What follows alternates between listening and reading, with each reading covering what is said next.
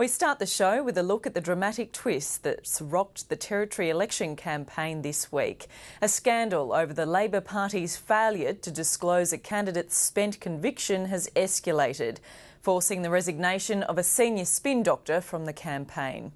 It's an untimely diversion for Labor in a seat that could prove crucial to its re-election chances. Danielle Parry looks at the state of play a week out from polling day.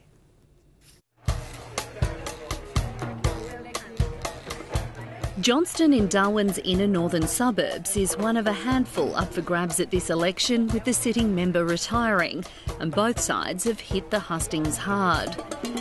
It's the seat that could decide the Territory election, but it's also become the backdrop for the biggest scandal of the campaign so far, a controversy that's claimed the scalp of one of Labor's most senior operatives. It's turned into a real disaster for them. You know, it's just something that shows the campaign is not running smoothly, and behind the scenes, obviously, there's some real issues that need to be tidied up this weekend. Government media manager Jamie Gallagher has been stood down from the campaign after admitting he threatened the NT News with legal action if it revealed a 20-year-old spent assault conviction of Labor's candidate in Johnston, Ken Vowles. Jamie Gallagher's obviously, accepting the blame. He said, "OK, bang, stabbed myself. I'm out of the game. It's all over, Red Rover." So I think, someone had to stand up and give an explanation as to why it went so bad, and he's the one that said it's me. The strategic bungle is a distraction Labor could do without in the final days of the campaign, with pundits of all persuasions predicting another knife-edge result.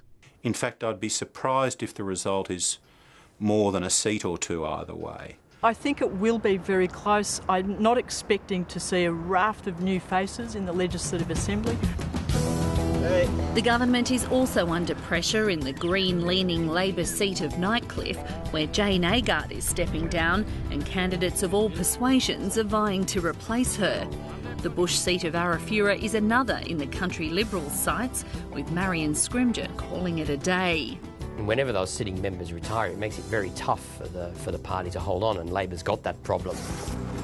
The Darwin northern suburb seat of Sanderson is one Labor is optimistic of winning back after a disastrous loss there in 2008.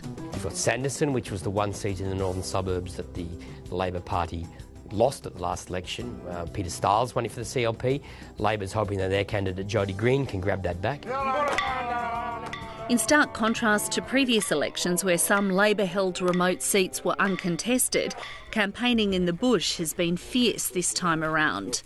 Indigenous candidates are running under the First Nations banner in 8 electorates, and the country Liberals are launching a serious push into the bush. I'd be surprised if there were any changes in the bush seats, but I'm very happy to say that, in my view, this is the first election where the country Liberals have really given some of those bush seats a go. Paul Henderson's team has achieved a lot. Our economy is the end. Federal electoral trends have been playing on both parties' minds, with Paul Henderson keen to distance himself from his Canberra colleagues and their dire standing in the polls. Only my team is committed to the future of Royal Darwin Hospital. I think the generic unpopularity of the Labor brand around the country at the moment is working against the Henderson government, and it's noticeable. It's said as little as possible about the Labor brand. Well, it's a bit like Basil Fawlty, don't mention the war, really, isn't it? Don't mention the Labor Party or Julia Gillard. It is lovely to think that there is one party in this Territory election that is not frightened of having a federal leader here in Darwin.